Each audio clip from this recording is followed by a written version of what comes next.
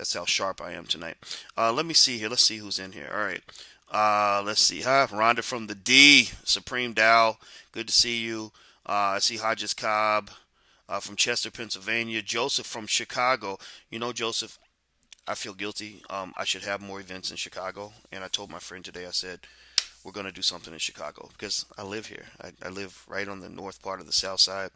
When I first moved here, I didn't tell a lot of people because honestly, I didn't want to get into a lot of complex relationships. I like relating with people, but when you got a whole lot of people coming at you, it's hard to focus and you lose touch with who you are. You lose yourself.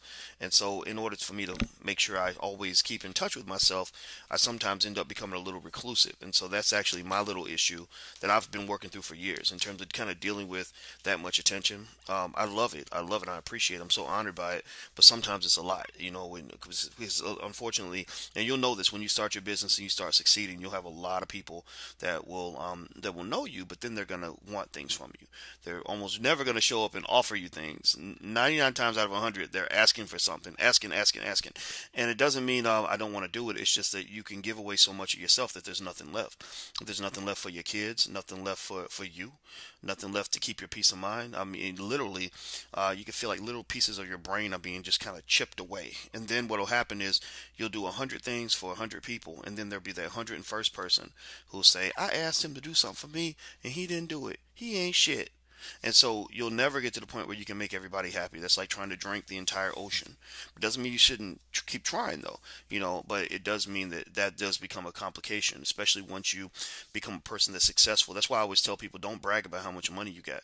I don't care if you're doing well or not. I mean, if you're doing well, that's good, but don't brag about it. Don't go flossing, trying to drive the fanciest car, have the nicest whatever, the biggest house and all that, because as soon as people see that, there's a natural thing, a natural human instinct where they're going to see you as a person they can go to get resources. So the people that you think are your friends, that really just want to be around you because they like you, they're actually around you because they might be able to get something from you. Doesn't mean everybody thinks that way. I'm not saying that at all. But let's say that you got it like that. You go on vacation with your best friend and you drop $10,000 on the vacation. You say, "Hey, let's go to Hawaii together. I'll pay for it. It's my treat." Because one day all of you will be multimillionaires, so you'll have it like that. So let's say you splurge and you go spend 10,000 taking your friend to Hawaii. But let's say your friend comes home and they need $1,000 to pay the rent. Well, they're going to be thinking, well, of course $1,000 is nothing to her because she just dropped 10,000 going to Hawaii. So why would it be a big deal for me to ask for $1,000?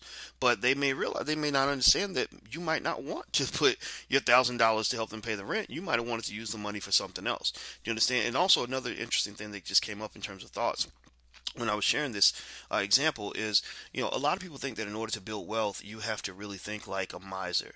You have to just act like you're broke all the time, never spend money on anything, count every penny, just be real anal about it. I don't believe that. I think that you can certainly, enjoy your money. I think that's okay. I think you should. I just think that the key is moderation. The key is making sure that you always have some form of healthy investment habit, investment protocol that allows you to build wealth as you spend money. You understand? So, when people get, for example, if you land on $1,000, I don't think you have to invest the whole thousand in order to build wealth.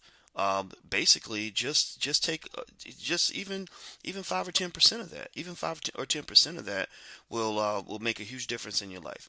So anyway, one thing I want to mention to you guys again as we get started is I want to reiterate that if you are interested in staying in the class and you'd like to join the Black Wealth Academy, you can join the Black Wealth Academy at the link I'm about to give you. I know I've mentioned it several times, but this is something I definitely want to do because I know that it has value. I wouldn't offer it to you if it wasn't a tremendous value. It's better than anything you'll get on a college campus. And here's the thing: as you implement all these ideas and this ambition that you have from what you learned in the boot camp, you got to understand that you will, basically end up in a scenario where you're gonna have to be pushed to implement some of this. And so, what we do with the academy is we help you through boot camp style learning to continue implementing what it is you plan to do. We become almost like coaches, if you will. We hold you accountable, we push you, all that good stuff. And that's important because here's the thing. I was talking to a PhD student today and giving her advice on how to get done with her dissertation. Getting a PhD is it's like being hazed. I mean, if you're getting one from a tough school, now some people get these PhDs they can get on the weekends and all that. I'm not knocking it, but it's not the same process. It's like the difference between like in sororities or fraternities, you got people that really went through the hell of pledging, and then you got people who signed a piece of paper and paid some money when they were 35. And I'm not knocking one way or the other, but it's a different process. So she was going through this horrible thing, and I told her, I said, when you're going through something like that, whether it's getting a PhD or building a business or anything, you're almost always going to feel like a failure. You're almost always going to feel like you're never going to get to the finish line. You're almost always going to feel stressed out and frustrated and mad and feel like you're wasting your time. And I said, so the key is to just kind of shut down all of that if you can, and focus on one simple idea. Just do a little bit every day. A little bit every day, because wealth accumulation is consistent with other forms of accumulation. It's consistent with achievement accumulation. When a person has a long resume full of accolades and all that stuff, which I get a decent little resume now because I'm 44, I've been working hard. All those accolades is a culmination of little tiny day-to-day efforts over time. I can show you, that for example, I've been on national TV probably 300, 400 times, but I didn't go on it all at once. I didn't try to do it all in a week. I would just do one and then another one and then another one, then another and another and another. Next thing I know, I've got 400. You understand? So when you think about the accumulation of success, think about the incremental stages and also think like an investor. Always think like an investor. What does that mean? That means that anything that you put out, any resources that you're sharing, whether it's your time, your money, your love, your focus, your relationships, always think about it in terms of putting something in today that is going to get you a payoff or some benefit later on. Not just a financial payoff, though. It doesn't have to be financial. It has to be in terms of what they call utility. Utility in economics is basically overall well being in your life. That's the goal. And really, when you think about investing, you want to think about it in a holistic standpoint, not just in terms of money. So let me go through some more. I see Philippe from LA. LA in the house. Love it. West Coast, speaking up. Okay, Crystal Foster from New York. Heard from Crystal today. Chris from Alexandria, Virginia. Monique from Dallas, the most racist city ever. Let's see here. Uh, okay, so now I got a question here. Monique says, Dr. Watkins, when investing in someone else's business like you did in Financial Juneteenth, can you answer the question below? For example, if I invest 50,000 for 10%, does that mean that the company makes 10,000 a month? Do I, as an investor, get 1,000 each month? Um, well, basically, being an investor at a certain percentage means you get a percentage of the profits.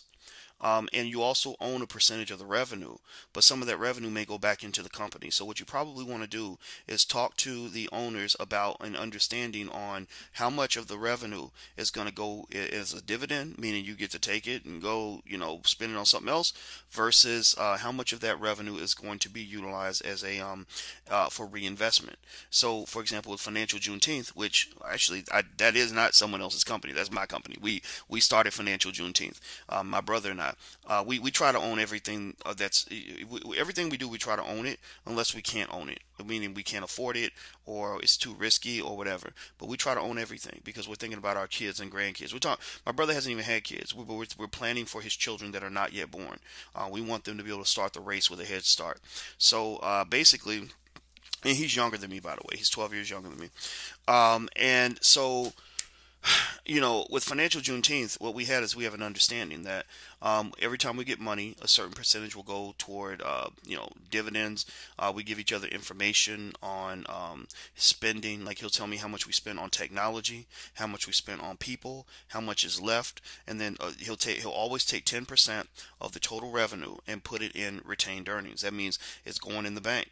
It's our stockpile. We're stacking cash, stacking capital, so that when we get that next bright idea, I can say, hey man, why don't we take 5,000 out of retained earnings and invest in this new project? You understand? So you want to do that. So you want to make that understanding in the beginning, though, because companies and shareholders always fight.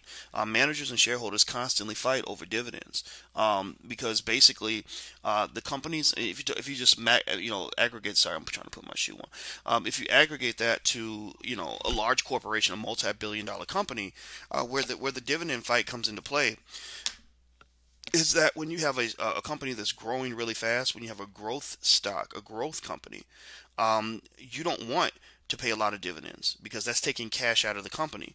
But a growth company is a great place to put your money. If you have a company that's growing really fast, you don't want to take all that money and waste it. You want to put that money right back in, pump it right back in, raise more capital. Because by being a growth company, what that means is that you have a lot of investment opportunities. You have a lot of things you can put your money into that'll get you more money later on. Okay, and so growth companies are like flowers that need lots of water. And the liquidity, money's called liquidity for a reason because money is like the water that you're watering the plant with, and the plant's just sucking down all the water because it's growing so fast. It's a plant. It's got uses for all that water, but there gets to be a point where the company is not growing anymore. The company might still be making money, but it hits a different part of its life cycle. What they call it can become what they call a cash cow. A cash cow is a company where all the businesses are pretty well defined and established. There aren't many more growth opportunities. They've kind of explored all the options that are out there, and basically the company's generating tons and tons of revenue, but they don't have anything they want to invest in unless they go into a new industry or something like that. And sometimes you don't want that. So what happens is there's usually a fight in a lot of these companies where the shareholders come back and say, okay, back when you were a young company and you were growing really fast, we wanted you to keep our money. We wanted you to take the profits and reinvest the profits because we knew you had growth opportunities and we knew you knew what to do with that money. But now you're a cash cow. Now you're doing good. You're bringing in revenue. Keep doing that. But when you get that revenue, when you get that profit, give it to me. Pay me a dividend. Increase your dividend so I can take my money and put it elsewhere. I could either spend it, or which means use it for consumption, or I can take it somewhere else and put it into another business. If I own part of a railroad is kind of a stable, almost borderline dying industry for the most part. It depends on how you look at it. When airplanes came along, railroads became less relevant. So basically, railroads, radio stations, things like that tend to maybe be cash cow kinds of companies. They're not really going to grow that much, and so you might take the money from your railroad stock or from geez, the radio stock. Thank you. I was looking for the right word. Your radio stock, and you may put that into a .com. You may say, hey, you know what? The radio is doing okay, but it's not going to grow much. But the internet is booming, so I'm going to put some of my dividend money into a .com. So that's kind of what the conversation is about dividends. So you want to really talk to your investors to talk to them about that, and also as far as reviewing financial statements, you probably, if you're investing in somebody else's company, you probably want to ask them who is your accountant, and or maybe we can agree on who the accountant's going to be, and we can also agree that the accountant's going to send everybody a monthly report so everything is transparent. You want transparency, especially when it comes to your damn money. You always want transparency. In fact, just today, I'm feeling passionate about this issue just because of some things I saw this week that bothered me. You should always have information about where your money is going, period. So transparency should be something they understand. If they have a hard time with transparency, then you probably shouldn't invest your money with that person. I had a very interesting discussion about that with Minister Louis Farrakhan when we were in Arizona at an economic development gathering. He had 9 economists, myself and 8 other people in a room, and we were talking about a long-term economic plan for Black America. Now, the Nation of Islam, those are just some bad brothers, very smart, very sharp. They do research. They have PhDs in their organization. They were taking notes on what we were talking about. And one of the things that I mentioned to the minister, which he actually knew already, so I was actually telling him something he already knew, is I said, when you're gathering other people's money, like, so for example, if you build a black bank, because we had conversations about that kind of, I can't divulge everything that happened, but those are some of the things we talked about. I said you have to make sure that you have complete transparency when it comes to other people's money. You can't take people's money and then not answer questions if they ask you about the money. And but here's the thing though. The minister he answered that very well. He mentioned that after the Million Man March, he said we took all of the money that we made. We had an independent accounting review of all this money, and and every penny was accounted for, and all the information was made public. And so the point of the matter is that when you start something with somebody, you take other people's money or you're giving money, understand that it becomes a more serious game at that point. You're putting your relationship on the line, number one, if you're investing with a friend or a family member, but then also you could be putting your freedom on the line. You're taking money from other people, you mismanage the money, you take a little bit of money out of your business bank account and use it to get your hair and nails done or use it to pay your rent. That when that catches up with you, then suddenly you become a criminal. And when you become a criminal, you end up like that poor brother who used to work with Bishop Eddie Long. I can't remember his name, but he used to this brother used to go around the country and go on TV shows and talk about how, being a young investment guru, and and people talk about how brilliant he was, and I think he was brilliant. He's very smart, but unfortunately, he collected a lot of money from these churches, and they invested in his project, and suddenly things people weren't able to get their money. Suddenly, they were calling his office, and he wasn't answering the phone. And here's the thing: he's living in a multi-million-dollar apartment. He's driving fancy cars. His wife is going on expensive vacations with him. And people were like, okay, where's this money going? And so the SEC gets involved, the Securities and Exchange Commission gets involved, and next thing you know, he's got federal charges on him. And the thing about federal charges that you want to be careful with is that the government don't play when it comes to that money. That's why I don't take money from the government. I just don't. I'm like, I'm going to work and build and try to have, I met with my accountant yesterday. We met for 7 hours talking about where all the money was going. And when you own everything yourself and you're not in crazy complex business relationships, it's a little easier to figure things out. So you take money from the government, they treat you worse if you steal someone's money, or if you steal their money, they treat you worse for stealing money than they would treat you if you murder somebody. And that's a fact. I know I have friends who are in federal prison right now. I'm talking about smart people.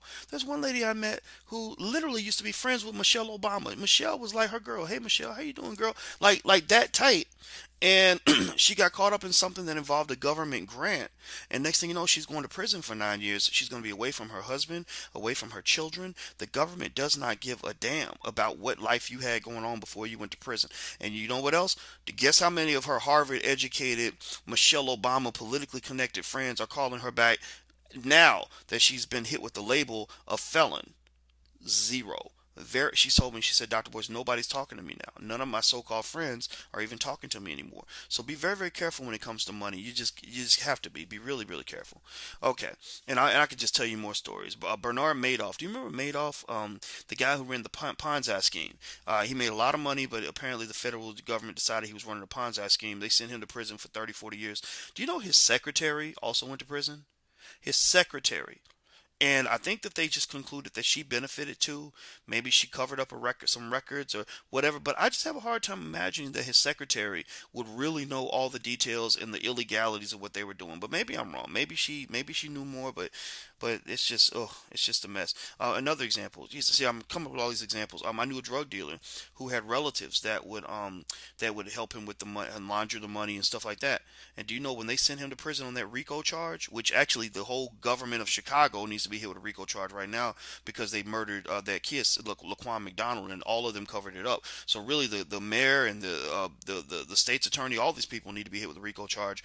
But anyway, they hit this drug dealer with a RICO charge. So they sent him to prison for 14 life sentences, all over the money. It was all about the money. They didn't have no murders on him. They found him with no drugs. It was all about the money and the conspiracy. That's what they pulled. That's what the whole case was. Sent him to prison for 14 life sentences. They also sentenced his mother, his sister, and his brother, and several of his friends, just because they touched the money. So just be very, very careful when it comes to money. The government don't play on that stuff.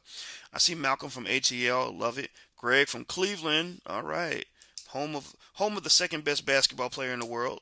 That was a jab. I'm so messing with you. I can't wait to see that game on Christmas. Hodges Cobb. Hi, Dr. Boyce. How can I buy stock overseas, especially Australia? I did my homework.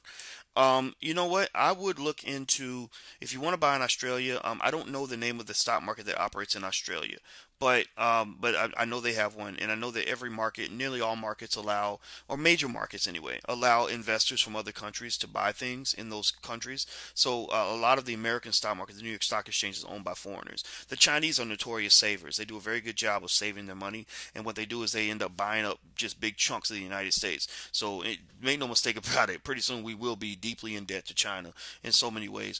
So Australia, I don't know what the Australian stock market is called right offhand, but you would just look it up, and literally I would just Google how to buy stock in Australia, how to buy stock in the Australian stock market, and then your answer should be right there. People are always happy to get your money. Says HU all day. She loves Howard. All right, I love Howard too. Malcolm is a Southern University alum. I love HBCUs. I wanted to attend an HBCU and I wanted to teach in an HBCU, but I didn't have the money. I couldn't afford to go to an HBCU, and I had bad grades coming out of high school, so none of them schools would have gave me a scholarship or anything. And but I love HBCUs, and I think that it's kind of a mixed thing on one hand, because and this relates to ownership and things like that. On one hand, HBCUs are clearly the best places for black people to get an education most of the time. It's one of the few places where you can be treated like a human being and not just like the black kid in class. And so really, if I'm sending my girls to a college, to a university, and they're choosing between Harvard and Spelman, I'm going to send them to Spelman. Because I think that what you get socially can be just as valuable as what you get educationally. In fact, if you're not getting something healthy socially, then it's going to be harder for you to absorb what you're receiving educationally. HBCU's top of my list in all those categories, because they got the same books. Their professors are just as smart. All the resources are right there. How much you learn in college depends on how much you learn in college. It doesn't, just being out of school and being in those halls does not make you a naturally smarter person. Look at George Bush. He went to Harvard for undergrad and Yale for graduate school, and he's still an idiot. But one of the things I think we have to really think about as well is, what were HBCUs designed for? Who really owns and controls HBCUs? Were they really built to truly empower black people? I don't really know if that's the case. I see some of the HBCUs like Howard University that were actually founded by people who are not black. Spelman, not founded by someone who's black.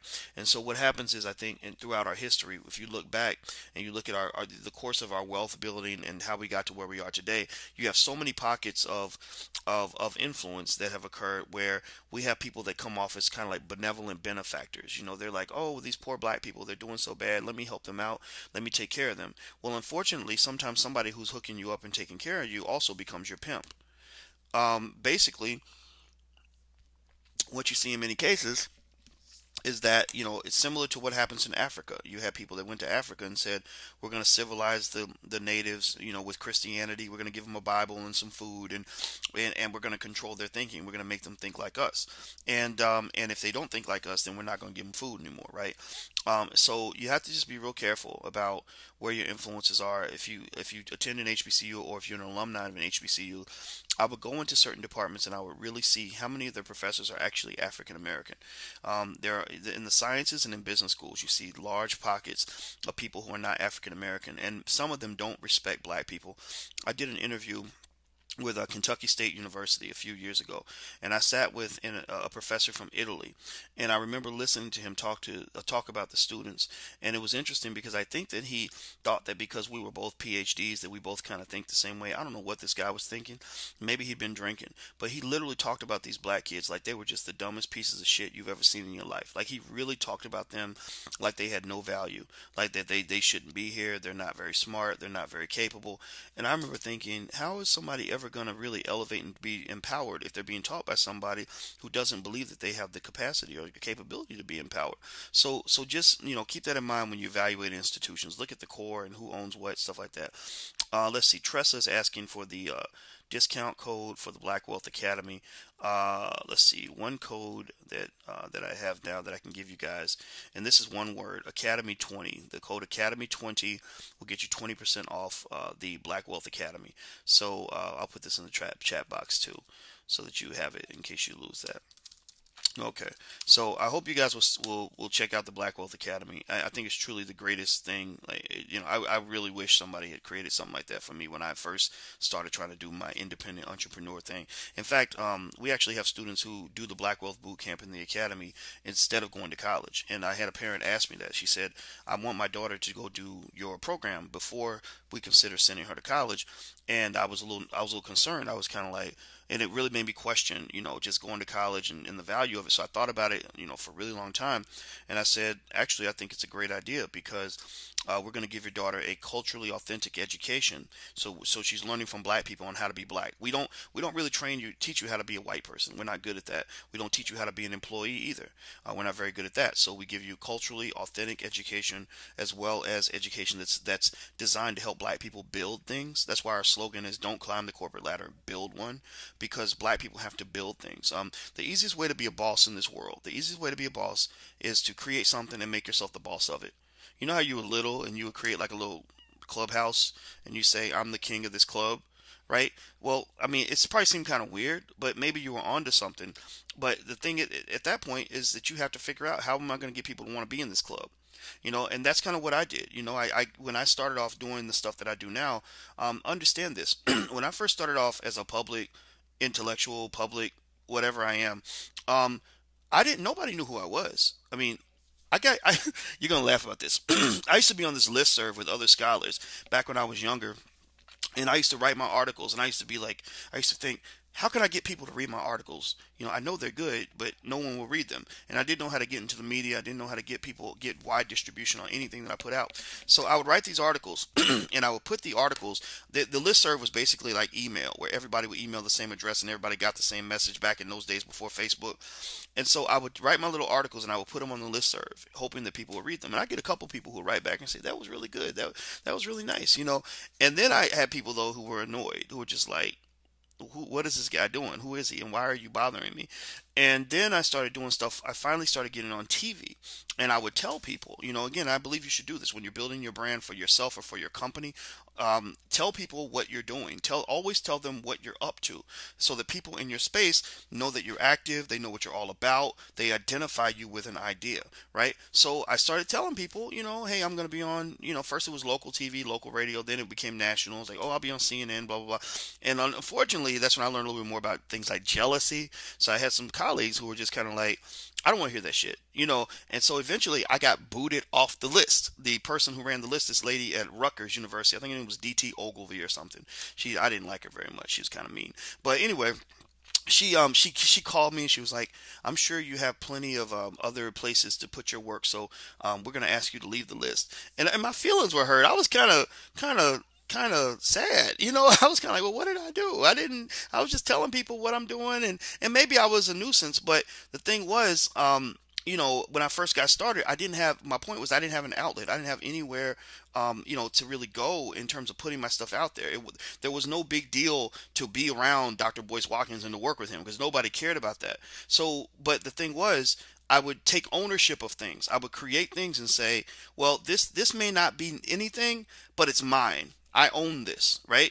So I start a website. This is my website. I start a company. This is my company. The company ain't got no revenue, no buildings, no resources, not even a cardboard box, but damn it, it's mine, and I'm proud of that. And what I found was that I felt good about owning something.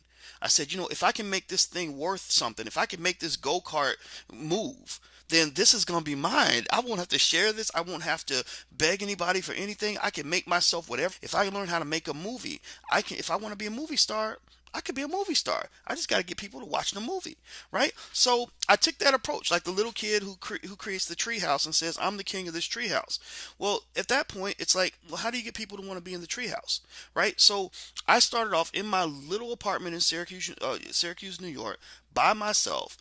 Living all alone, spent 99% of my time by myself. I moved there because I wanted to be in a place where I could focus on working hard. So all my 30s, all I did was work, and so I was building these things, doing these things, and trying to get the stuff off the ground. And then slowly but surely, good things started to happen. It was a matter of accumulation.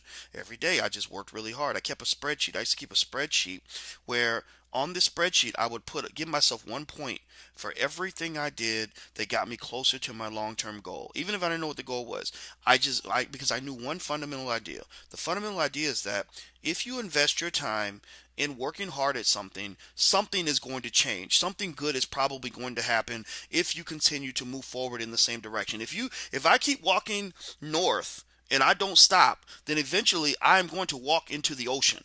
If I go west, I'm going to eventually get to California or Seattle or something, right? So I just focused on taking those little steps every day.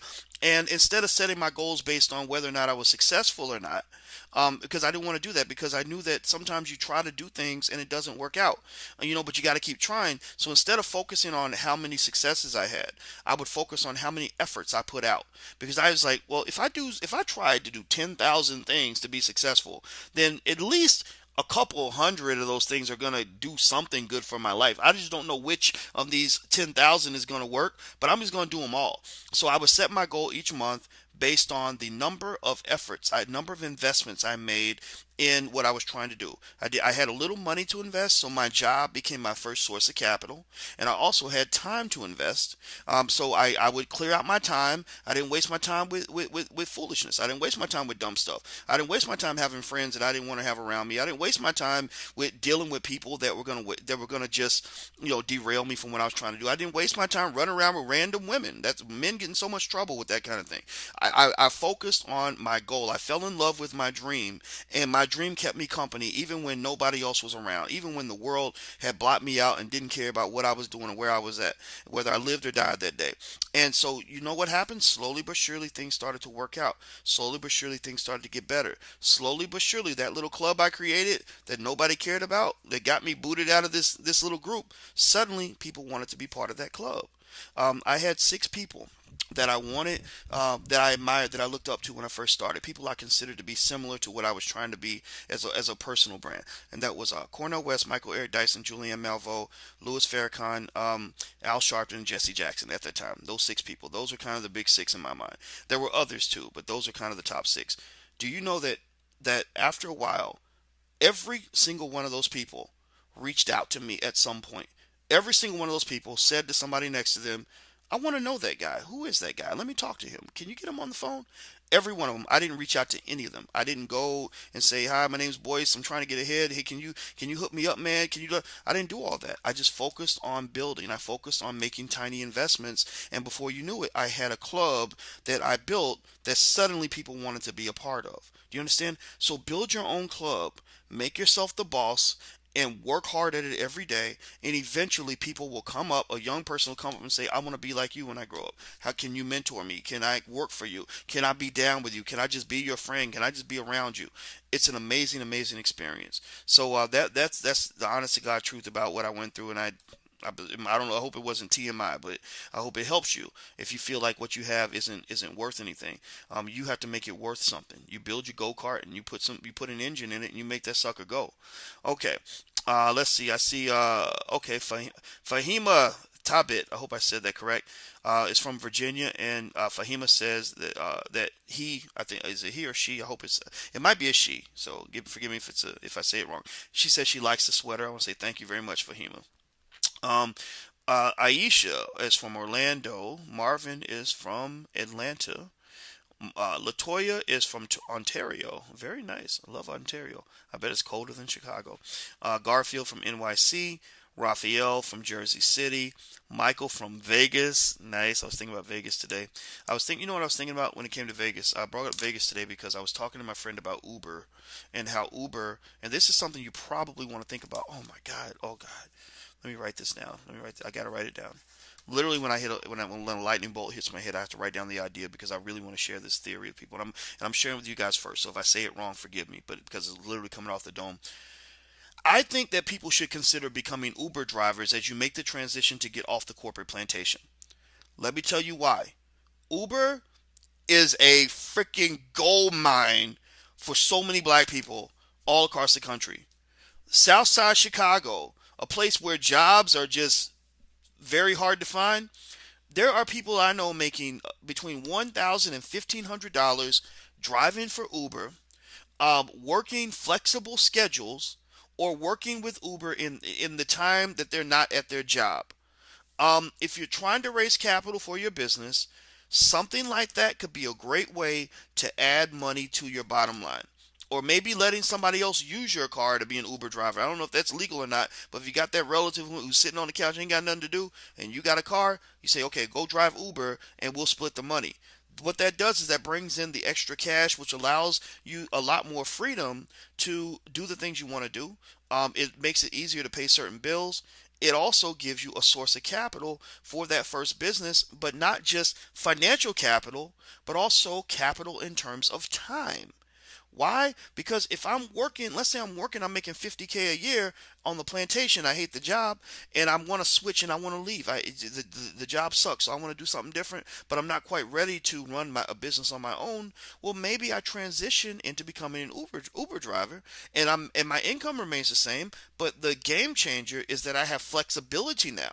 I can be driving, or I can be between rides, I can be doing business on the phone. I could come home and work all day on my business on the days where I need to be with my business. And the Uber company isn't gonna ask me, "Hey boy, where are you at today? You're supposed to be at work." They're not gonna do that to me. Or I could drive extra on the weekends to make up for the fact that I have to do business from 9 to 5. I think that's a game changer. I'm dead serious. I really think Uber can be one of the keys to getting millions of black people off the corporate plantation. I believe it so much that I wish they had an affiliate program for people that to recommend people to become drivers, because I would be recommending thousands of black people to go drive an Uber. I've interviewed Uber drivers. If you go to my YouTube channel, you type Boyce Watkins and Uber, you'll see an interview I did with a brother where I was his first ride, and I asked him, "So why did you become a driver? What was the process like? How hard was it? What did you know?" He told me that he had a friend that was doing it, and his friend was making money, so he decided to try it, and all this other stuff. And I've noticed that in Chicago, especially on the South Side, 90% of my Uber drivers are white. I mean, excuse me, black. Sorry, I don't know where white came from. Black. 90% of my Uber drivers are black. So look into that as a way to make some extra money, either in conjunction with the money you're getting from the plantation, or as a substitute, as a slow transition. Because that's what you have to do. You're not gonna have a company that's gonna go from 0 to 60 overnight most of the time. So if you're looking to get off the plantation, maybe moving to a more flexible job, even if you make slightly less money, could be part of your transition process. So get that free time. Remember, time is more valuable than money. So don't ever underestimate the importance of your time. In fact, you're a CEO now, so your time is certainly more valuable than your money. All right, so let's see here. The black tech community in Chicago is growing and would be a great event. Yeah, Joseph, you should email me. I really should do something here. So maybe you can help me figure out what kind of event I want to do.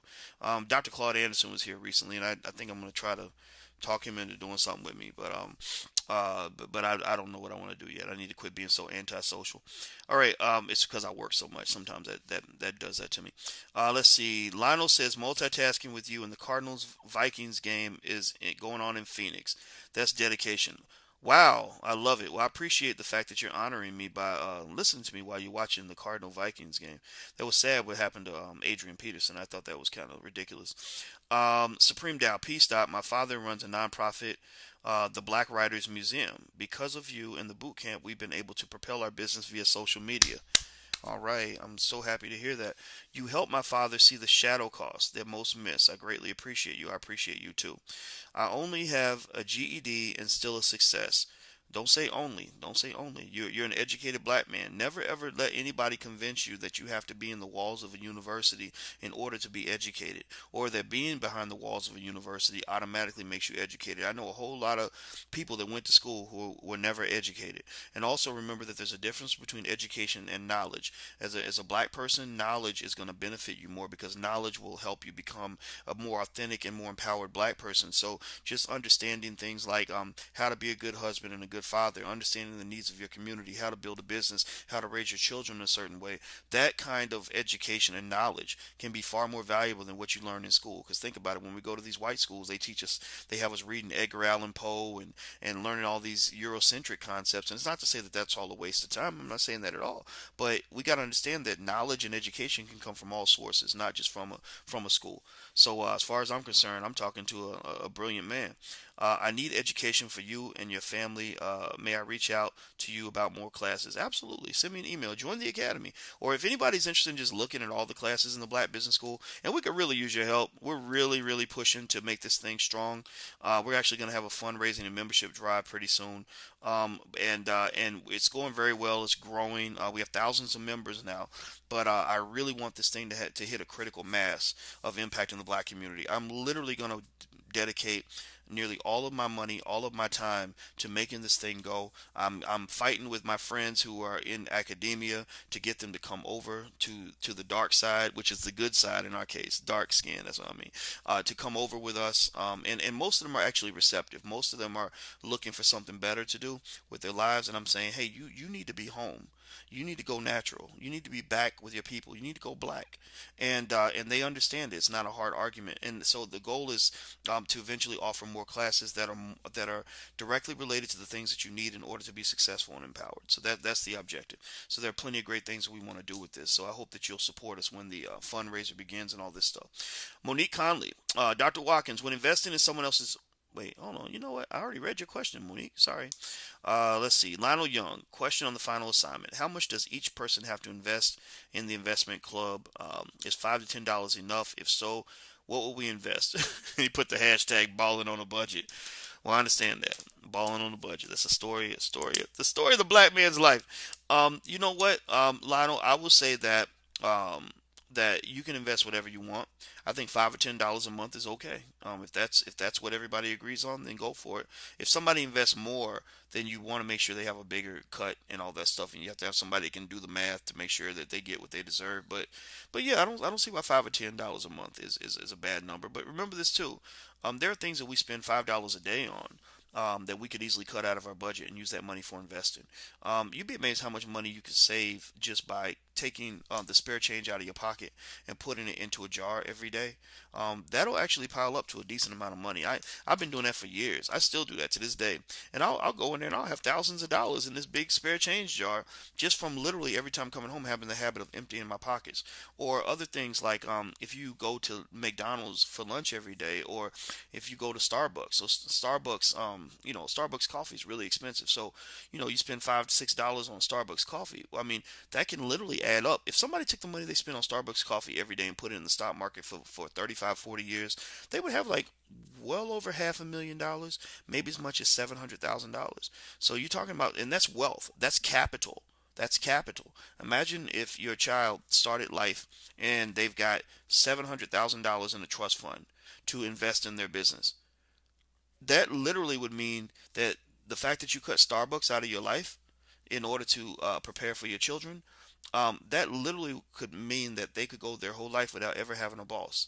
They could go their whole life without ever having to work for anybody but themselves. You can literally change a life by cutting Starbucks or McDonald's value meals out of your budget. That's how powerful capital accumulation can be if you do it consistently. Joseph Green, achievement, accumulation, skills before thrills. I love it. I think you should have both. Personally, I don't think you should live a totally Spartan life if you don't want to. In fact, I think it makes investing less fun if everything is serious all the time. If everything is always hard. I don't want a life that's not enjoyable. I think you can do both. I think the key is balance. What happens is people don't have balance. This is like when I was in college. I made straight A's. I was absolutely positively just a torrentially good college student, even though I was a very, very bad high school student. And the reason I was a torrentially good college student was not because I was smarter than my classmates. It was for two reasons. One, because I think like an investor. I was thinking at the age of 20, what can I do with my life right now that's going to make my life easier when I'm 40? What can I do right now that's going to make life easier when my baby daughter grows up and becomes a human being, or a full-grown human being, and needs something from her daddy? That was one thing. The other thing was that a lot of people lived under this myth that in order for me to make straight A's, I had to just not have any fun. And I told them, I said, I think that's the dumbest thing I've ever heard. I don't, I have more fun than most of my friends, largely because I'm not under any stress. Because I do my studying in advance. I just knock it out. I don't wait till the night before the test where I can't get any sleep. And, I mean, I hate that feeling. Staying up all night, done took no dose or whatever, drinking all this coffee and the coffee's not even working, haven't took a shower, and you're still not ready for the test, trying to remember all this information because you tried to shove a month's worth of information in your brain overnight. That doesn't work. So at 18, I realized, I said, well, if I'm going to get ready for the test, if I study hard now, 3 weeks before the test, that's just the same as me studying hard the night before the test. The only difference is if I do it now, I'll have 3 weeks for the information to sink in. I'll get ahead of the class because I'll know the information a week or two before everybody else. So when the teacher would say, okay, we're having a test in a month that's going to cover these 6 chapters, I would literally jam. I called it jamming. When people did cramming, I would joke and say, I'm going to jam. What I would do is after the previous test, I would literally read all the chapters in advance that I was going to have to read for the next test. So I would come into class. I literally knew everything before the teacher taught it, which made me look like a genius, even though I only knew something that everybody else was going to know in 5 minutes after the teacher explained it to them. So the teacher saw me as the best student. Also, I was ready for the test. So when it came time for the exam, I've already read the chapters 2 or 3 times. The information has sunk in. So the night before the test was just a review session for me. I'd just be going through my notes, kind of looking around. I'd be on the basketball court the day of finals, and people would be like, "Why are you on the basketball court? You got finals?" I was like, "I already prepared for finals. I'm ready. I made A's on all my finals." So my point here is that that in life in general, and that philosophy, I kept that with me in everything I do. To this day, I'm still the same guy. Um, and so I would say in life in general, pick up the skills, but don't think you have to let go of the thrills. In fact, the thrills are better when you have the skills. You work hard now. You do things now that no one else will do, so that later on you can do things that other people can't do. So just think of it that way. Think of it as a balanced kind of framework, not as an all or nothing kind of framework. So that's I hope that's helpful to you. Okay, Philippe says, "Yeah, you said my name." Yes, I did. Okay, all right, Beyonce. I said your name. You happy now? I'm messing with you, Philippe. All right. Let's see. Latoya's from Markham. All right, Markham. Is that Illinois? I think it's Illinois. Howard is from Atlantic City. All right, love Atlantic City. Adam Holloway. What is the best way to promote a sci-fi book based on the black community? Hmm. Well, number one, in the Black Business School, if you go in there, you will find that we do have a class. In case you want to know like detailed information on this and you want ongoing kind of consultation, Dr. Tyra Selden is a literary professor who has a PhD in literature, and she teaches a class on how to make a living as a writer. And so that includes writing books, selling books, you know, getting people to know about your books, all that stuff. And what I believe is that when you write books, I'm a big believer in publishing things yourself. I'm a big believer in creating your own publishing company or having things done independently. I'm not a big fan of going to these literary agents and hoping and praying that they give you an opportunity, because 99 times out of 100 they don't. They don't pay attention to you. You know, it's a waste of your time because you invest all this time going to all these meetings and following up with people and all this stuff, and you could be spending that time building your own. Um, so anyway, with that being said, if I had a sci-fi book based on the black community, I would literally ask myself before you create the book. And I had a conversation like this with the filmmaker who made the film Black Friday, which is a great film about black economic empowerment. We're actually going to serve as an affiliate and help them distribute that film. Um, one of the things that we talked about was he said, before I made this film, I had to think carefully about who my audience is. You know, who's going to buy this film? Who's going to want to see it? And he said, then at that point, I had to figure out how to get access to that audience. Where's that audience located? And so I said, I really like the way you think. I said, because a lot of filmmakers, they put the cart before the horse. They make the movie and then figure out who's gonna watch it. And if you make the film the wrong way, you're not gonna have any kind of demographic. In fact, he talked about a guy who made a movie about um, I think it was about the black Christian church, but it was from an atheist perspective. And he said, "How many black atheists do you know?" And I said, "A couple, but not a whole lot, not a critical mass, not enough to sell a film." And so, anyway, so if you're writing the book like that, I would ask myself, what makes my book unique? What are the unique selling points? What things can I use as headlines on other content that will make people want to take a peek to see, what this book is about? Maybe your story is unique. Maybe maybe you got shot 9 times like 50 Cent, and you came back to life after being shot 9 times. Remember that launched 50 Cent's whole career. And think about it, he repeated it 50 million times. I got shot 9 times, right? Well, maybe you have something in your story that makes you unique. Maybe you were illiterate until a certain age. Things like that. And then what you might do is, if you got a book, you definitely want to have a Facebook fan page for you and then for your book. Even if nobody's on it, you just at that point you got to figure out how to get people on it. I would also create regular content. I would have a YouTube channel. I would have a Twitter and Instagram, and then a Facebook. And so you have all that stuff going. Then you populate it with content. I'm a big fan of content that doesn't take a lot of time. So YouTube videos, short. I do a couple things that I love to do that doesn't take much time. I love to do short YouTube videos, and I love to do short audio clips. Like I have SoundCloud on my phone, a SoundCloud app. I would show it to you, but I'm not gonna waste your time showing you. You know what it looks like. But it's SoundCloud where I can literally record a segment, like almost like a radio segment, and I hit load, and boom, it appears on my SoundCloud file. And then I do a short video, and I hit load, and it goes to my YouTube channel. And I have a Facebook app, and I hit load, and it goes to my Facebook page. And if you follow me on Facebook, what you will see is that literally about 45 seconds before I talk to you guys, I did a short video about my Grambling sweater. Why did I do it? I don't know. I just felt like I wanted to just say, give a shout out to Grambling, right? And it's cool. It fits my brand, right? You know me as a guy who supports the black community, who cares about the black community. So I was like, okay, I'm gonna talk about this Grambling sweater. So you see how the fun and the business can kind of be merged in a really cool way. But of course, as I'm talking about the Grambling sweater, I'm also gonna mention, hey, check out the Black Business School. I think you guys will like it.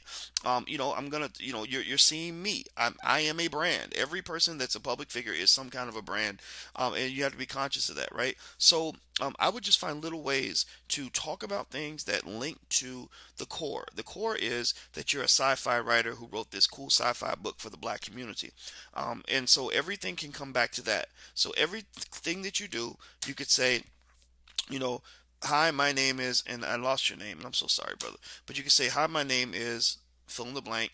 I am the author of fill in the blank. And then you give people the information. And then at the end, you say, thank you very much. I am blank.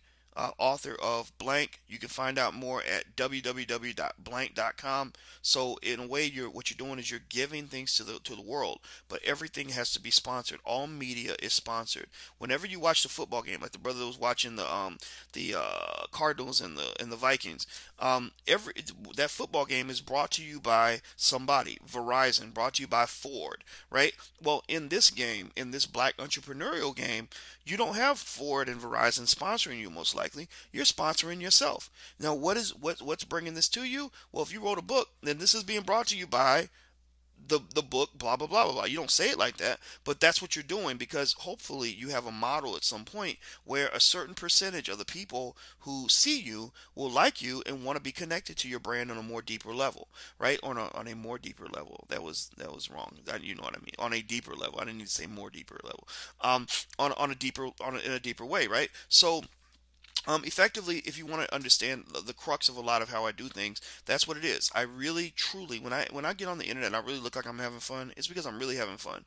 I'm really connecting to what I know. I know black people. I know the black community. So I'm just in the black community. I'm a scholar, which I think gives me uniqueness. I have the ability to maybe take a conversation and elevate it to a place that adds value to people. And I'm always thinking like a giver. That's the key. That's the key to everything. You must always think like a giver, because the more you give to the world, the more the world will want to give back to you. Everybody ain't gonna give. I have people that if I mention the Black Business School and I tell them the class isn't free, they think I'm a crook. Oh, you're trying to rob the black community, blah blah blah blah. They think every black business owner is a crook, right? And that's gonna happen.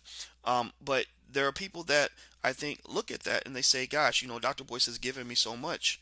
Um, Maybe I can support what he's working on. Maybe I can be a part of this, right?" And it's not like you're not going to benefit. I mean, stuff the classes. I mean, you literally save thousands of dollars because I give you information that would cost a lot of money to obtain elsewhere, and took me a lot of years and a lot of money to figure these things out. So you get the value there. But even if you didn't, by virtue of the fact that you are giving so much to the world, you'll find that your biggest fans, your biggest supporters, will want to give you something back. They'll have your back when you need them to, and then you'll make enough money to keep operating and keep functioning and doing what you do. And that's always been my goal. My goal is not really ever to I never cared much about being rich. I think wealth is important though, because I'm now having some bigger visions and dreams about things I want to do. Like I want to buy a big plot of land and some buildings and actually have a black tech incubator where I can actually get money to fund small black tech businesses, let the incubator take a percentage ownership, and bring the people in and actually have them around other tech entrepreneurs so that they can develop like the next black Facebook, the next black whatever. So building wealth is important to me for that reason. But for the most part, I never wanted to just have a bunch of money floating around. I take most of my money and I put it right back into the business because I'm literally just living and enjoying my life and having fun and giving to the community in a way that sustains the giving. Because if you don't sustain it, if you don't have money coming back in, because maybe you care nothing about money or whatever, then you're stuck in this situation where you're not going to be able to keep doing what you're doing. If I don't have money coming in, I can't keep doing what I'm doing because I'm going to have to go eventually down the street to the white man and ask him to give me a job because I got to feed my kids. Do you understand? So ultimately, that's what you want to aim for. Just keep giving. Find out what your brand is.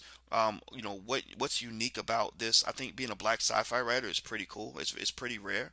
So you could literally have things out there where you just say, I am black sci-fi writer, John Smith. And I'm so sorry I don't have your name, and I forget stuff very, very fast. You have to forgive me for that. I'm good at figuring things out, but I'm not always good at remembering things. My sister's the doctor; she remembers everything. Let's see here. Malcolm Norris. In Powernomics, Claude Anderson speaks frequently on the need for reparations. Do you agree? I agree on that we have a right to reparations. I don't know if we need reparations, nor will we be paid reparations. But you should never say never because things always change. I mean, 5 years ago, I didn't think anybody would ever care about black men being shot down by the cops, right? That was my biggest gripe. I used to be so mad because I said these black men are being killed and nobody's saying anything. Nobody cares.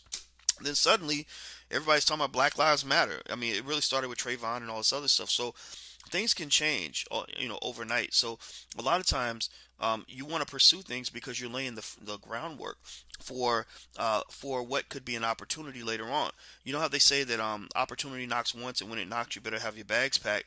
Well, sometimes you got to pack your bags even if you don't think opportunity's coming to the door, but you have your bag packed just in case, because you don't want the opportunity to knock and for you not to have your bags packed. So I would say that when it comes to conversations like reparations, I say, yeah, let's keep having them. Let's keep getting in the faces of people who owe us money and telling them, you owe us.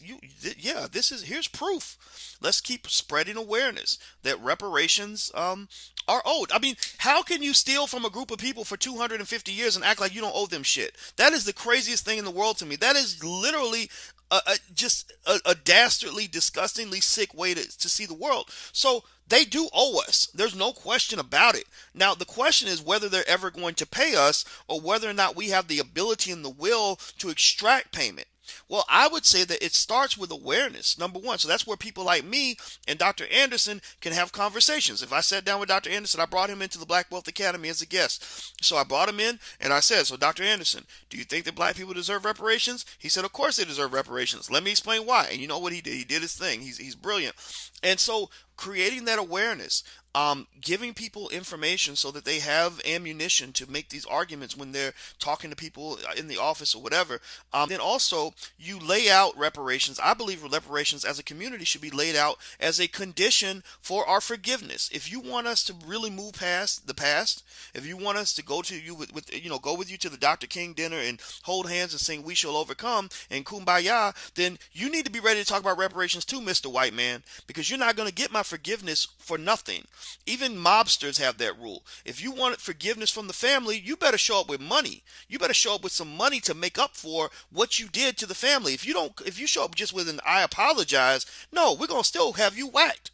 You understand? So ultimately, I think that reparations should be laid out as a condition for our forgiveness. Like, yeah, we're gonna coexist with you. We're not gonna kill you. We're not gonna fight back necessarily. We're not gonna pull up our guns and start a revolution. But at the same time, we're certainly not gonna act like everything's okay because our community's destroyed and you did it. Your ancestors did it. You own all this wealth because your ancestors stole it from us, and we're not gonna forget it. We're gonna teach that to our kids and grandkids, and this is gonna be a part of every inch of the black cultural tradition. First thing we're gonna teach our kids is how white people screwed you over. Then we're going to teach them how to overcome it, right? So I think that's perfectly fine. So here's the thing: you lay out the groundwork, you create the awareness, you set the conditions, Everybody's on the same page, so maybe one day there's an opportunity. Maybe one day you get Hillary Clinton in the White House and she don't understand why black people haven't forgiven her for the fact that her husband put more black men in prison than any president in recent American history. Well, what do we say to Hillary? We say, we might forgive you, Hillary, but we're all thinking about reparations. What you got to say about reparations, Hillary? And then you may watch her squirm in her seat, and eventually Hillary understands power. Hillary responds to power. Hillary might come back and say, you know what? To get more votes in the black community, I am going to make a reparations proposal. I'll be the first president in American history to make a proposal to Congress that African Americans receive reparations. Now, is it going to go through? I don't know. It may take 100 years, 200 years, but I think the conversation should be had. I really do. It's a no-brainer to me. If you so there you go. So you asked the second question about how to obtain it. That's one example. That's one example. So we could talk about reparations all day, but I definitely agree that it's important to talk about. Okay, Michael Griffith says, "Peace. How you doing, Michael? Good to see you."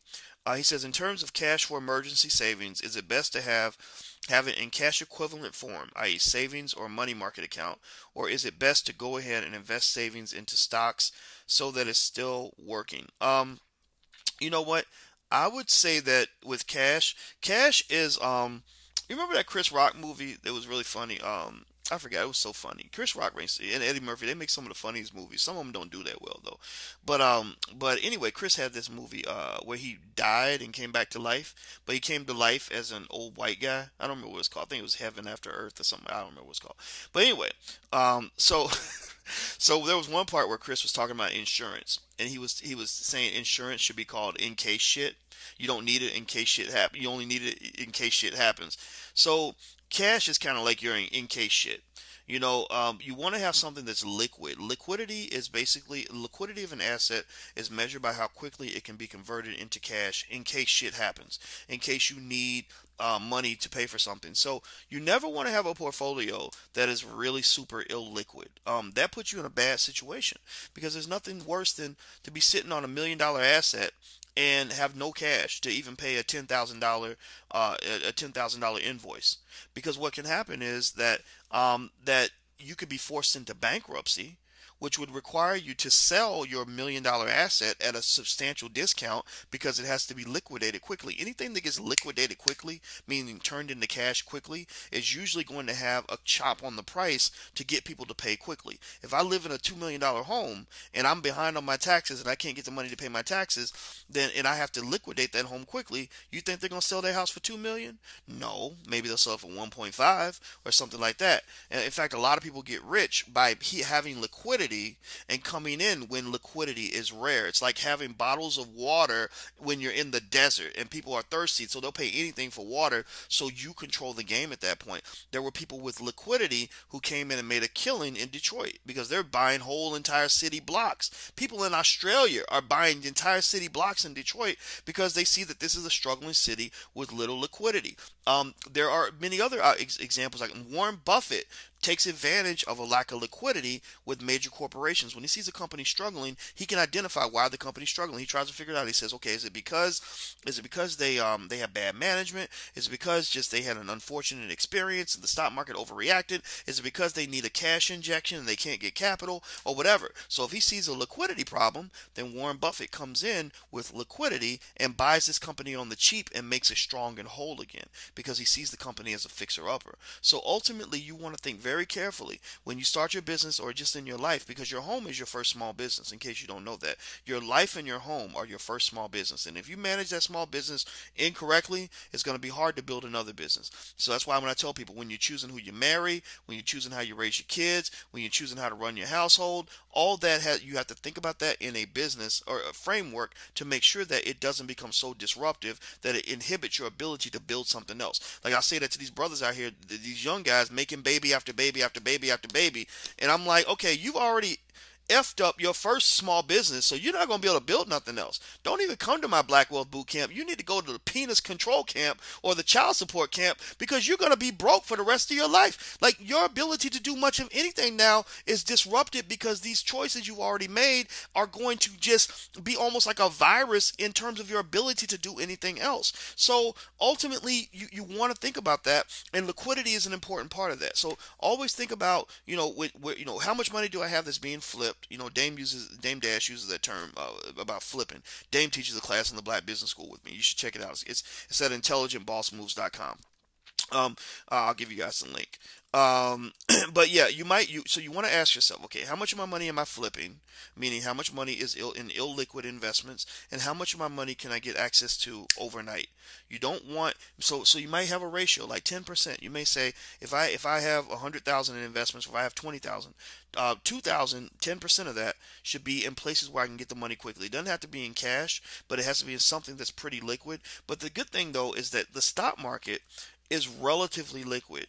You buy stock in major corporations, it's going to be pretty liquid. The only problem you have to worry about is that stock prices go up and down. But if you buy big stable companies like GM and Ford and stuff like that, you'll see the range of their stock price doesn't evolve very much over time. So you can always go to your Ameritrade account, hit sell some stock, get that cash, and use that to pay for whatever financial emergency you have.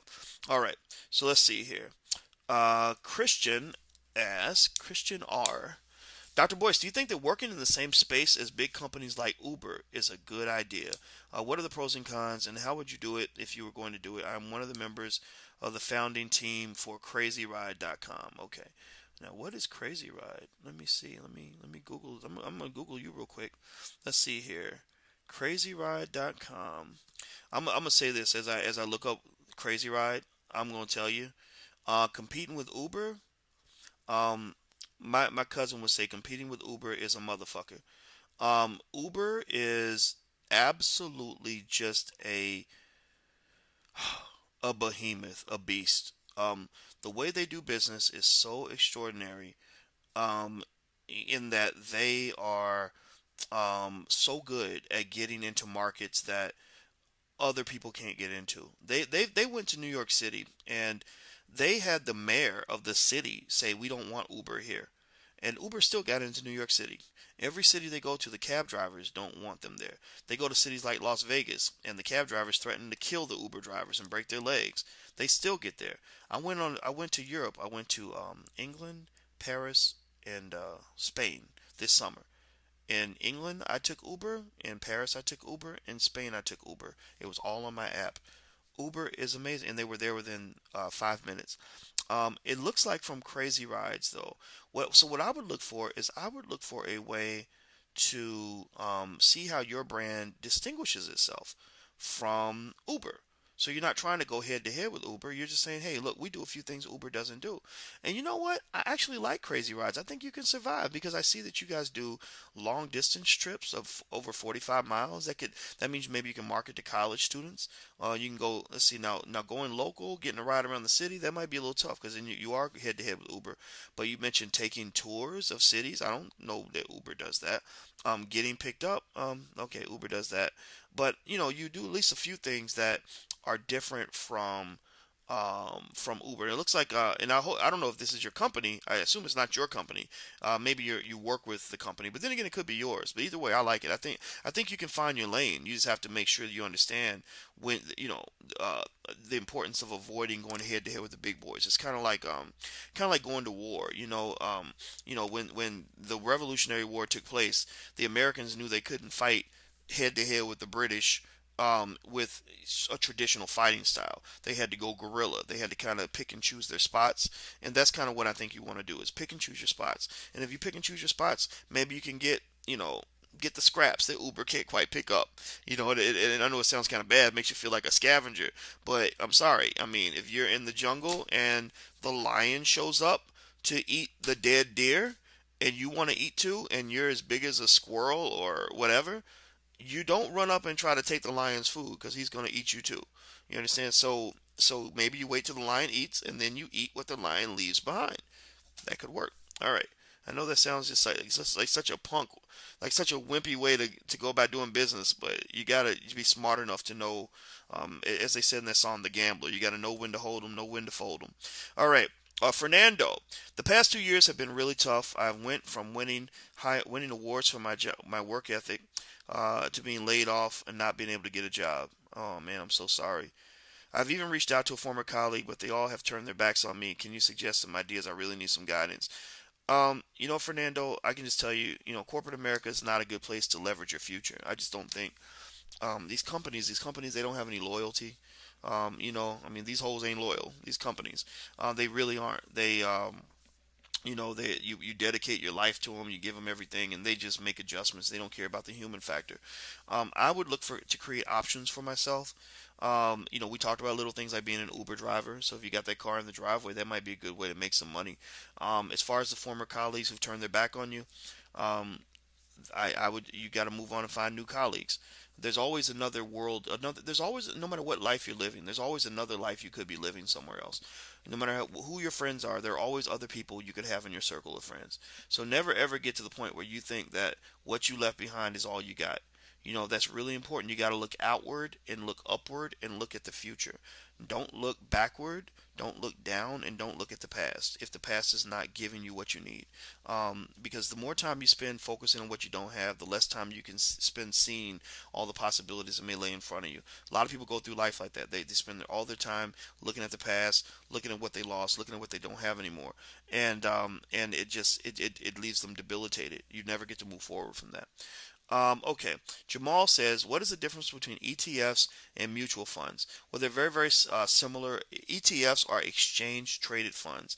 What is an exchange traded fund? An exchange traded fund is something you can buy actually on the stock market that tracks a specific index for you. For example, there are ETFs for the S&P 500. So let's say that you want to take all the guesswork out of buying stock, and you just say, hey, I just want something that's going to track the Dow. I just want something that's going to just, when the Dow goes up, I want to make money. When the Dow goes down, I'll lose money.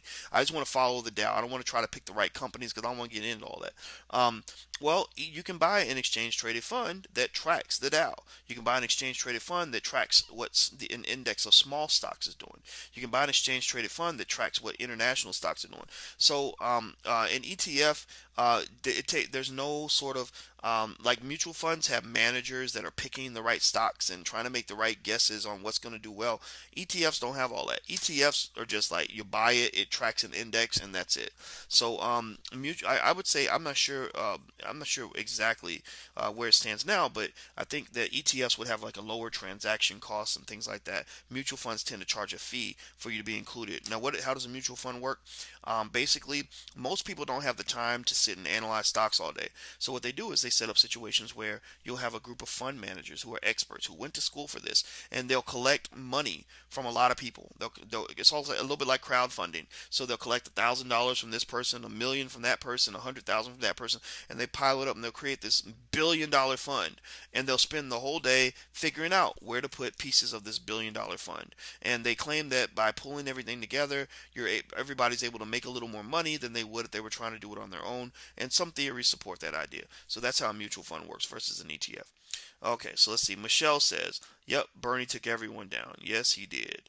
PJ, hey PJ. Oh, the code worked. I'm so happy to hear that. PJ is my personal cheerleader, y'all. I love PJ, and I love Michelle, and I love all of y'all. But these are people that just show up and they just nag me every day. But I love it. I'm just kidding. Michael Griffith, can I buy stocks in Africa? I'm betting on black. You know what? I'm not really sure what the status is on stock markets in Africa. I know that there are ways to buy stock in Africa. I remember working with a guy named Lema Sinbet at University of Maryland 12, 13 years ago, who was talking about helping to develop stock markets in Africa. I know the markets are not as great as they are in other countries, but there are ways to do that. But what you have to be really careful about is making sure whatever market you pick, that you're picking what they call a liquid, well-functioning market, and that's a market where everything's going to be on the up and up. Remember I don't know if you guys remember this, but one thing we talked about is that when the way a stock gets valued is all based on information, and a big function of that information is based on transparency and consistency, which is kind of a risk measure. So think about it like this: how comfortable would you be if you were giving me your money and I was running a company and I told you nothing? I filed no reports. I didn't tell you what I was doing with that money. I could be spending it on my mistress. I went behind this curtain and just took your money and did whatever I wanted with it. You would probably not feel so safe doing that, right? But what if I said, I'm going to invest your money and I'm going to show you everything? I'm going to give you complete transparency. You can come in, you can see what we're doing, you can read the reports, I'll answer your questions, all of that stuff. Well, that would make you feel more comfortable, right? Well, the thing is that the price of a company's stock is largely dependent upon that form of transparency and that form of consistency, right? When a stock has transparency and consistency, it's typically going to have a higher value than a company that has no transparency, no consistency, and a lot of risk. Well, that actually extrapolates into an entire market. If you look at world stock markets around the world, markets that have a lot of transparency, consistency, and low risk tend to have higher values than markets that have very little transparency, very little consistency, a lot of volatility, and also a lot of risk. It can even be political risk. There are some countries where you can invest your money and the government could decide we're just going to take over this company. We're just going to own it. It's ours. We're taking it. Right? This has happened to investors. This has happened to people on many occasions.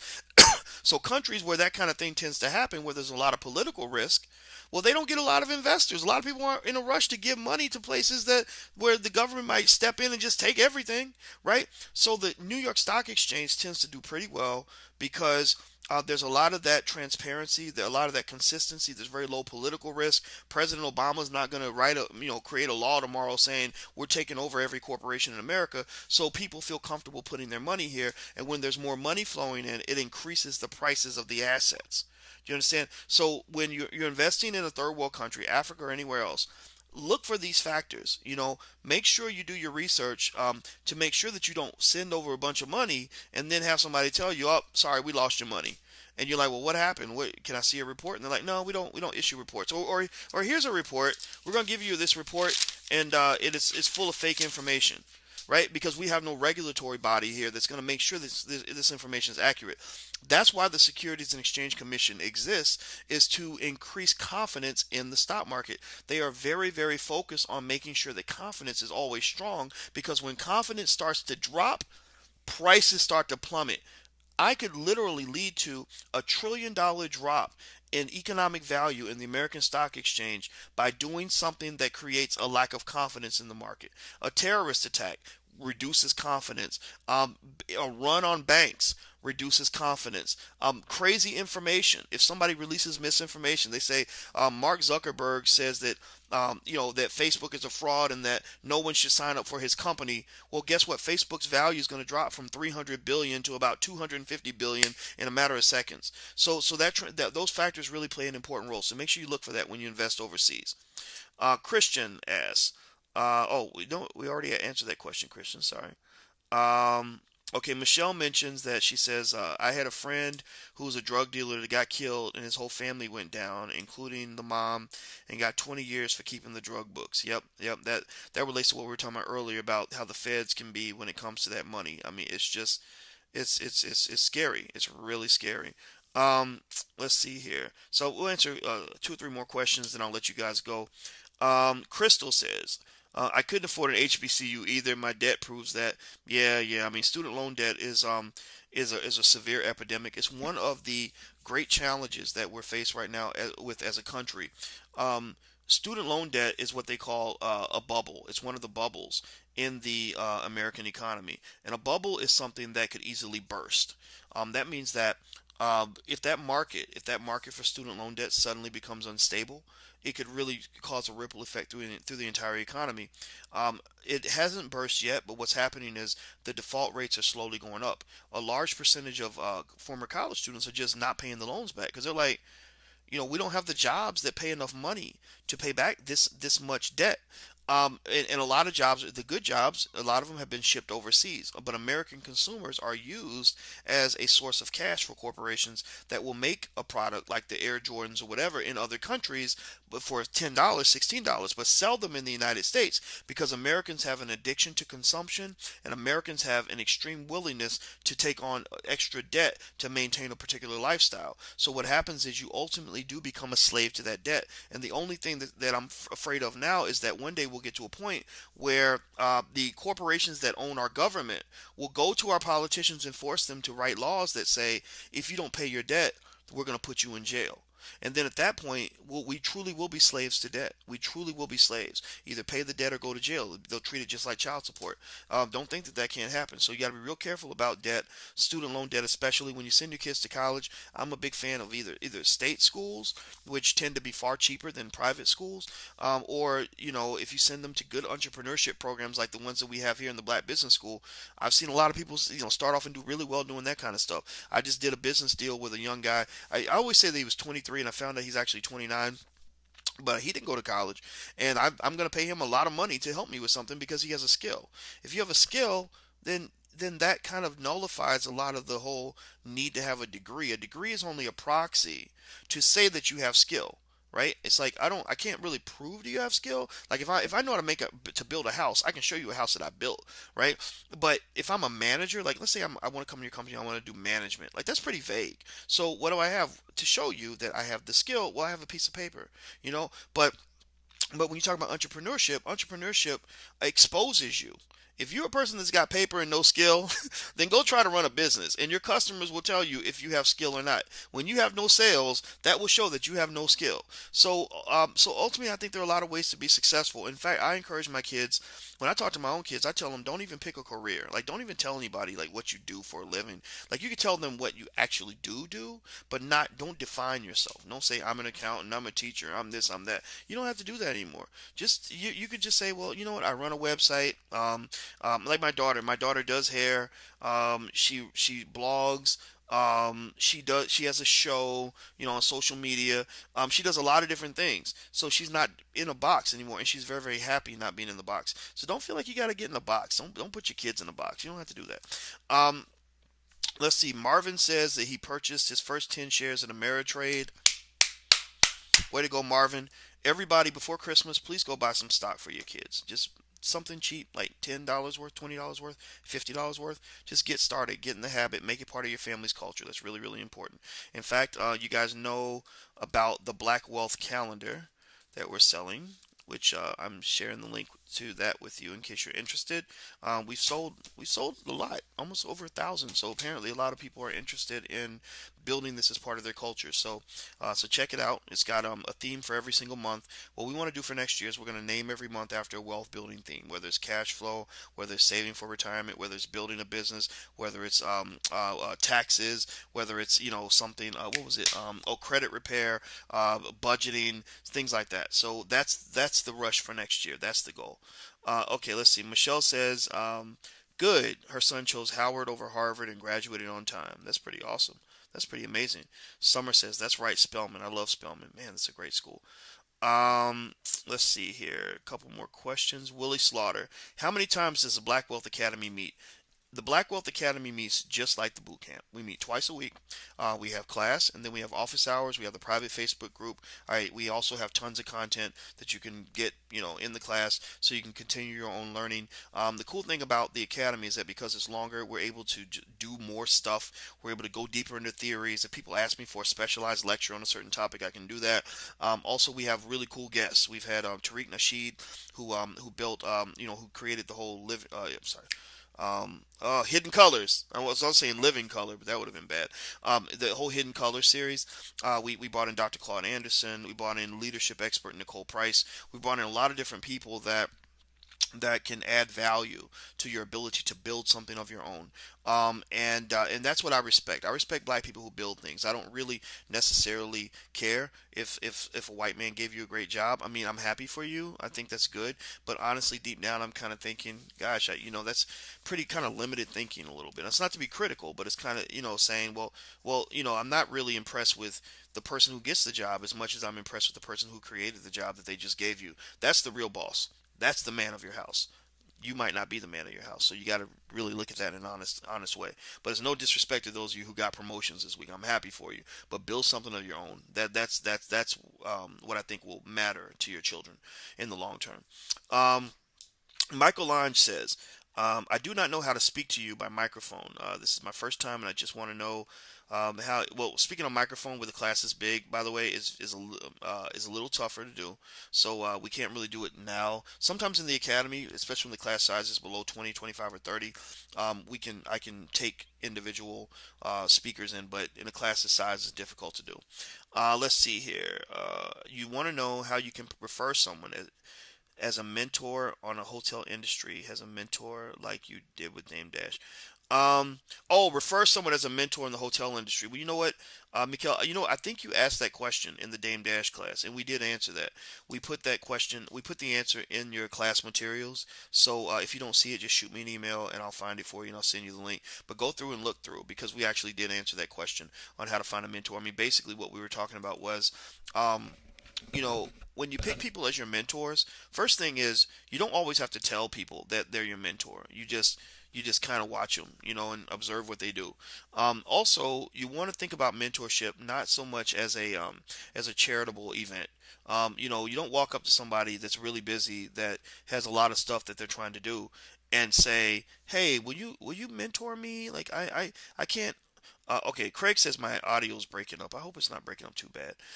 You don't walk up and kind of say, "Hey, I don't have anything. I can't offer anything. But and I'm not doing anything that's really working. But can you mentor me? Because I really need your help." Well, people might give you a little bit of charity, but charity is not sustainable. They're not going to always be able to give you the amount of time that you're really going to need. They're not going to be able to spend the time with you that's really going to make you good at what you want to do. And I go through that because every day, 10 people ask me to mentor them every single day. And so the best way, and I thought about this and I was thinking, what's the best way that people actually learn from me? Well, the people that learn from me are the people that work with me, the people that bring something to the table, that say, I'm willing, I can dedicate 30 hours a week, and I'll, maybe if they want to get paid, they don't ask for a lot of money, or if they have a skill or something like that. I mean, I can't have that many people on my team, but the people that are on my team that are really grinding with me every day, they have continuous access to me because we're always trying to solve a problem together. We're always working on something, and they get to see exactly how we do things, right? And so I would say that if you approach anybody as a potential mentor, come bearing gifts. Like come there and say, here's what I'm going to do for you. Here's what I can do to help you. Here's what you can do to help me. And then it becomes a trade. It becomes easier for it to work. And I learned that in my PhD program because I thought that professors should want to work with us because we were the students and because that was their job. And I learned real quick that if you weren't offering anything to those guys, they weren't going to work with you. They were just going to blow you off, or they were going to give you a few minutes, but then they had work to do.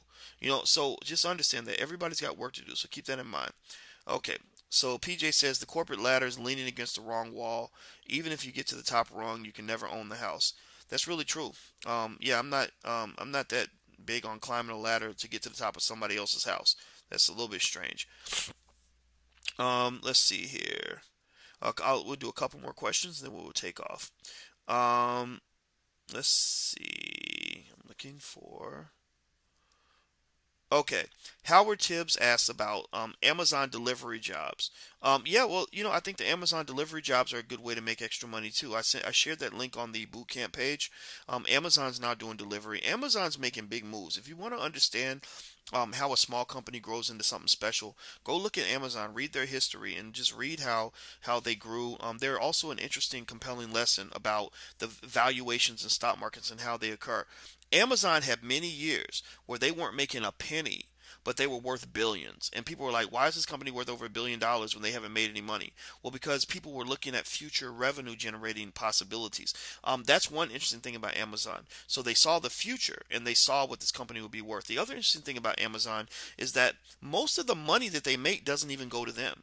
Most of the money they make, they have to give it to their affiliates, to people that sell products on their platform. And that goes back to what I was telling you guys about partnerships, affiliate programs, and how that can be a great way to boost your business. That's why I tell you, if you have a great company and it fits my audience, I want to be an affiliate for your product. When I have a great product, like the Black Wealth Bootcamp and the Black Business School, we have an affiliate program. You can be an affiliate and tell your friends about it, and they sign up, then you get a percentage. It might be your first step to getting off the plantation. So that's the other interesting thing about Amazon. Another interesting thing about Amazon, as they are growing and literally conquering the freaking world, is that Amazon is now at a point where they are about to literally eliminate their need for UPS, FedEx, or the United States Postal Service.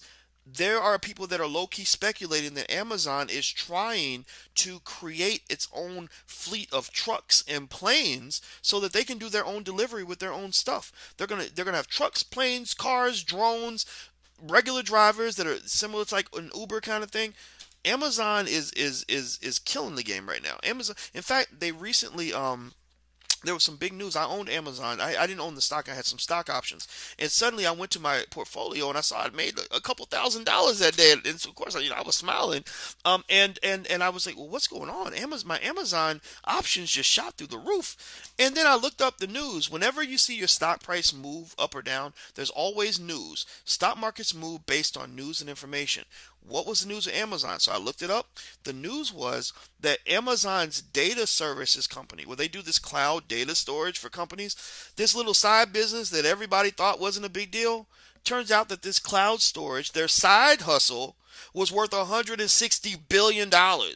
And everybody's like, holy crap, like they're controlling this game over here too. So Amazon to me is fascinating because they're just a company that just has this extraordinary vision. I don't know if this is all coming from the CEO Bezos, but that is an awesome company. In fact, they bought the Washington Post. Bezos, he bought the Washington Post, and this is what's funny. This is how liquidity can allow you to can allow a mobile thinker to take advantage of a dinosaur. The Washington Post used to be worth about $2.5 billion in the late 90s before the internet really got into heavy use as a source of media. $2.5 billion. Do you know that Bezos was able to buy that company a few years later for $250 million, for literally about a tenth of what the company was worth? Because you had dinosaurs that didn't understand. You had this family that was making all this money from this newspaper that didn't understand the importance of adjusting to the times. So they didn't adjust to the times and they got hammered. The internet has led to a massive wealth transfer from backward thinking people to forward thinking people. That's why you want to be on the forefront of technology, education, understanding what's happening in the world so you can be one of the people that's taking advantage of the fact that there are people who are stuck in their ways and aren't willing to adjust. It's happening in the black community too. Ebony Magazine is going through that a little bit. Ebony's hanging on. I love Ebony. I've written in Ebony many times, so I don't have nothing negative to say about Ebony or the management per se. But I'm telling you, they've missed out on some major opportunities because they were so used to making money the old way that they didn't sort of think about how to make money the new way. And some of these other companies like Essence, I mean Essence is gone. Essence ain't ours anymore. That belongs to white folks. BET belongs to white folks. So ultimately, the inability to adapt is it gives you the keys and the tickets to your own economic extermination. So how much you learn is important. How much education you have matters. But what matters more is your ability to consistently be educated in a dynamic fashion and to consistently be able to adapt. That's it. I'm done. I'm gonna let you guys go. All right. So don't forget, join the Black Wealth Academy if you want to jump in and stay connected in this class. I'd love to keep teaching you. I hope that I'm proving my value. I'm literally sharing with you all the things that I think will help you be successful. I will invest in you in whatever way that I can. I love all of you and I appreciate you, and it's certainly an honor teaching you. And this is our last office hours for the Black Wealth Boot Camp, and so I hope that you'll help me in terms of spreading the gospel of Black economic empowerment and really pushing your family members to elevate our game when it comes to how we think about wealth building and ownership and all these other things, because I really think that we're in the middle of this amazing cultural revolution in our community. And I'm telling you, in 50 years or maybe a little more, 50 years, you're going to see a whole different black community. You're going to see literally millions of black people that are focused on wealth building and ownership, and all the things that I'm saying that just sound so radical and revolutionary now. It's going to be old hat. It's going to be standard education for most black kids in America. That's the vision I have, and I know that that's the vision we're going to achieve. But I need your help in making that happen. So I love all of you guys, and it's great seeing you. If I didn't get a chance to answer your questions, I'm going to put up another Ask Dr. Boy status, and I'm going to answer the last one as well. And just put your question in there, okay? And I promise you I'll get to them. So take care, guys, and I'll talk to you guys soon. Bye-bye.